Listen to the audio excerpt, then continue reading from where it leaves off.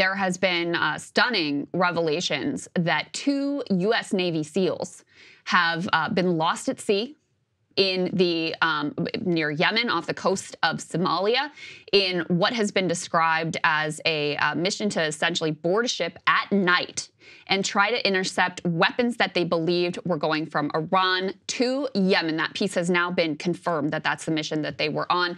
Here is John Kirby getting asked about this. Let's take a listen. We received that report about 2 Navy SEALs missing off the coast of Somalia. They were attempting to board a small ship believed to be carrying weapons from Iran to Yemen. What is the status? As far as we know, that search is still ongoing for those 2 sailors that are in the water, and we hope to get some updated information today. But we're obviously watching this very closely. But this is directly related to what is going on. This was not related to the strikes in Yemen. This was normal interdiction operations that we've been conducting for some time to try to disrupt that flow of weapon supplies to Yemen. So it's not related to the strikes that we took against the Houthis. But still, in this region, the Houthis, as you just mentioned there, say the motivation here is they're trying to get back at Israel's allies. That's a justification they're using for attacking some of these ships. Does the U.S. assess that these coalition strikes will deter the Houthis, or are you bracing for retaliation and an open-ended conflict? I think it'd be Pollyannish for us to think that there couldn't or may not be some sort of retaliatory strike by the Houthis. We're watching this very, very closely. We've taken the requisite necessary precautions in the region to make sure we're ready for that if that should occur.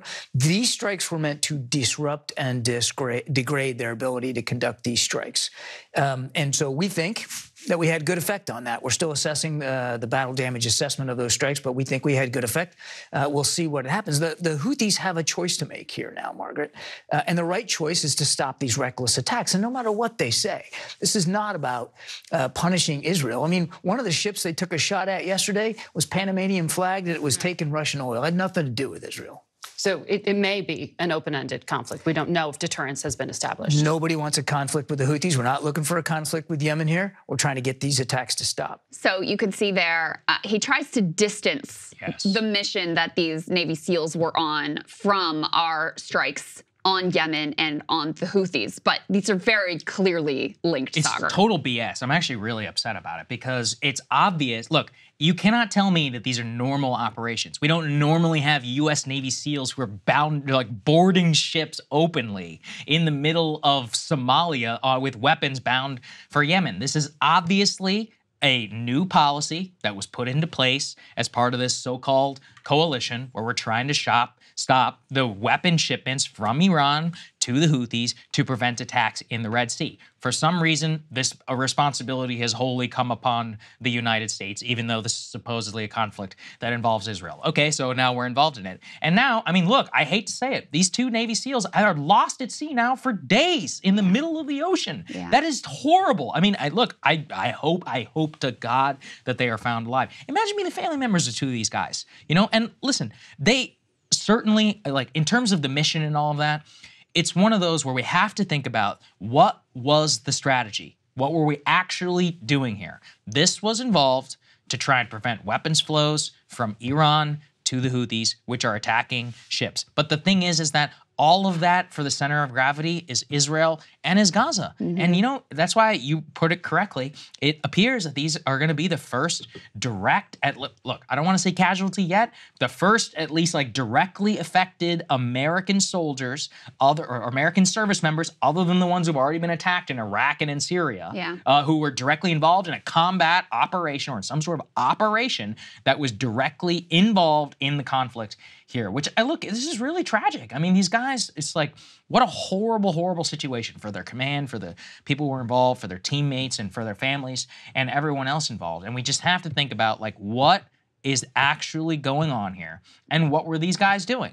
And the truth is that this was all because the Houthis are attacking ships, which they say is because of the situation in Israel and in Gaza. And I got no love for the Houthis, and I got no love for anybody, you know, who's attacking ships or anything other than that. If I thought that we could solve this problem by bombing, I'd be like, listen, 100%. The issue is that, as I said from day one, you know, the Saudis bombed these people kingdom come for 9 straight years, and lo and behold, in the so-called battle damage assessment, which I know we're about to get into, Krystal, they say they only destroyed 10 to 20% of their offensive capability and that over 80% remains not only capable, but way harder to destroy because it's all mobilely launched, which means that we could be in a way worse situation. I mean, just today, the news broke that that there was the U.S. has shot down a Houthi missile aimed at a U.S. Navy ship.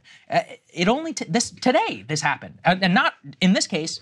Listen, shooting in a Panamanian tanker carrying Russian oil, whatever. All right, like that's way less of our responsibility. This is at the USS Laboon, which is a U.S. destroyer, 4:45 p.m. Yemen time. Anti-ship cruise missile. These things are no joke. Luckily, we have good defense. But what if it doesn't?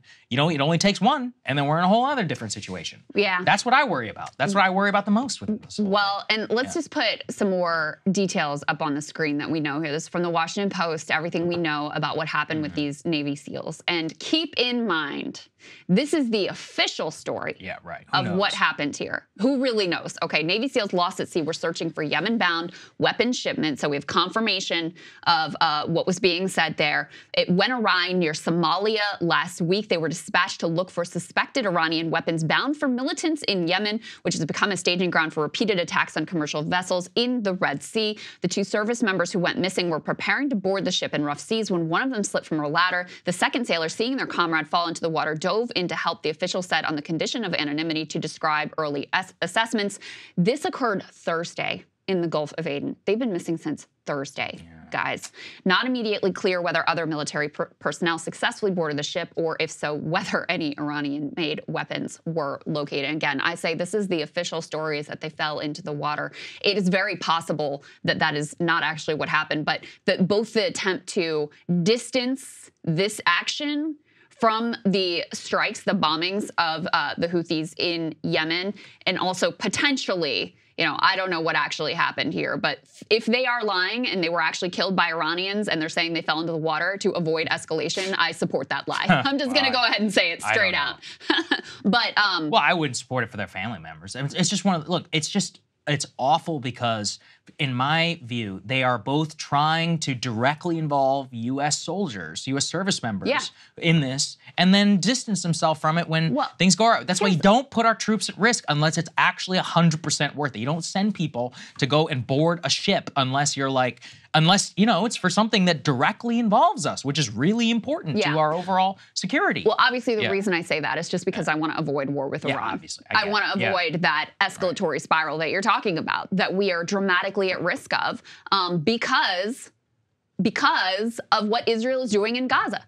I mean, all of these reports act like this is just happening out of nowhere. And again, like we're powerless to stop it or do anything about it. When there was a ceasefire, this all stopped. The attacks on our service members in Iraq that almost killed them. By the way, we came this close. Yeah, that's true. It hit a military barracks where they were sleeping, and by the luck of God, the universe, whatever you want to say, thankfully they were not killed, okay? These attacks in the Red Sea dramatically decreased because this all stems from a conflict that we are directly involved in, regardless of what Joe Biden wants you to believe and the hand-wringing reports that they release to the press. So what the hell are we doing here? I ask again. Let's go ahead to E4, guys, so we can see. This strategy, even if you want to say, like, okay, you know, we're not going to call for a ceasefire, so I guess we have to bomb the Houthis. What are we even doing here when it didn't even work? The New York Times is reporting their offensive ability remains intact after the U.S.-led airstrikes. So it's not like we even were effective at degrading the Houthi, the Houthi capabilities to continue to strike. So there's that. You also have, we can skip ahead to E7. You have even the Rand Corporation before this happened saying that this is an absolutely foolish strategy. One of their analysts wrote this for a magazine here saying, don't bomb the Houthis because it's not going to work.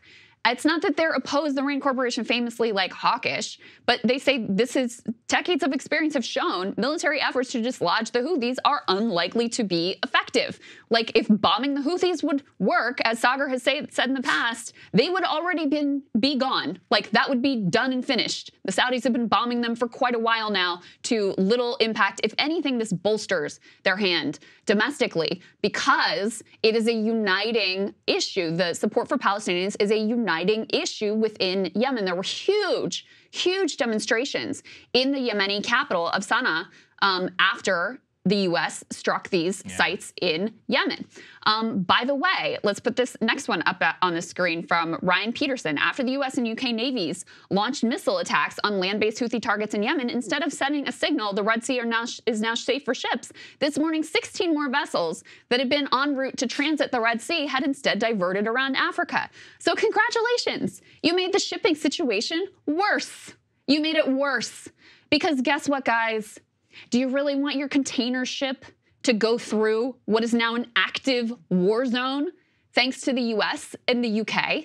So you didn't degrade their capabilities. You've made the shipping situation worse and put E9 up on the screen. By the way, oil prices went up after our strikes on the Houthis. So way to go, guys. Brilliant strategy. You've done nothing but put U.S. service members at risk. You've done nothing but expand the danger of this war and the possibility of greater conflagration. You have made the shipping situation worse, and you caused oil prices to go up. Brilliant frickin' strategy, guys. Way to go. Yeah, it seems that the only ships left in the Red Sea are U.S. Navy ships, or UK ships. I should laugh, but it's not funny because they're getting fired on as of literally this morning. And just that anytime, look, low grade situation. This is the thing about asymmetric warfare is we quote unquote destroy whatever 10 to 20%, and if anything, whatever you hit first is usually the easiest stuff to hit, which means whatever comes next is way harder to hit. It's just like the North Koreans, anybody else who wants to display asymmetric power. What do? You make it difficult, and so you under camouflage, you put it on the back of a truck and you move it around. And with modern technology involving attack drones, as we've seen from the Houthis, and with the missiles, you can have a pretty significant impact for not that much money. So if I've said it too, you can solve this one way militarily. You have to occupy Yemen. I don't want to do that. I don't think that's worth it at all. There's another way, which is we could have diplomacy as this. I actually recommend you read that, the Rand article, because it's in Foreign Affairs magazine. It's well reasoned. It is, and she points out, everything that I've talked about before about the bombing campaign and about previously about how if there's militarily capable, we talked about this already too with Gaza now for like 100 days, literally at this point. I'm like, listen, if it was easy if we were going to win a war for the populist destroyed insurgency with bombing alone, then we would have come out Vietnam as the greatest victors of all mankind. It turns out it's a lot more difficult than that. Yeah. The issue, is the same thing, here. But look, I think, we really could be, near breaking point, as you say, because what we are waiting and looking for is a conflagration type event. The Red Sea, like the initial bombing, maybe that not going to set it off. And if anything, it may not even happen, Krystal, it may not even happen in Yemen. Yemen is just the latest indicator of the 40th order consequence of destabilization. It could happen with the Rafah military operation we just talked about. Do you remember early on in the war when an Israeli tank actually fired on Egypt and everyone just kind of looked the other way? They apologized. They're like, oh, we're really sorry. Yeah. I mean, that was serious. That was serious business. It's, this is what I keep saying. It only takes one thing. 2 Navy SEALs here, likely, they're missing. Hopefully we are able to find them, but who knows? The U.S. is clearly going to try and cover that up. But what if there's one more? What if we, like you said, a barracks got hit? Can you imagine a scenario where 5 U.S. service guys are killed in a barracks in Iraq? What's going to happen? There's also, people forget this, there is a peace process going on inside Yemen. There also, I don't know if people know this, the Iraqi prime minister and the U.S. right now are in major negotiations over keeping our troops actually in the region. The Biden administration wants to stay. The Iraqis want us out. We'll see. I want us out too. But obviously, they're trying to keep us in. Who knows what that situation will look like? There's big diplomatic problems, I think, all over. Saudis are very unhappy with these strikes on Yemen because, they were in the middle of a peace process and trying to resolve this conflict and not have endless war. And this is before we even mention the fact they didn't seek congressional authorization. The strikes are illegal. Biden's being criticized, but we're actually going to have Rokana on tomorrow to talk about this aspect as well. But even if you don't care about that, even if you don't care about the Constitution, you don't care about, striking a sovereign nation, even if you put all of that aside, it is a stupid strategy that has already failed and backfired. So, brilliant work, guys. Way to go. Hey guys, if you like that video, go to breakingpoints.com, become a premium subscriber, and help us build the best independent media organization on the planet. That's right. We're subscriber funded. We're building something new. We want to replace these failing mainstream media organizations. So again, to subscribe, it's breakingpoints.com.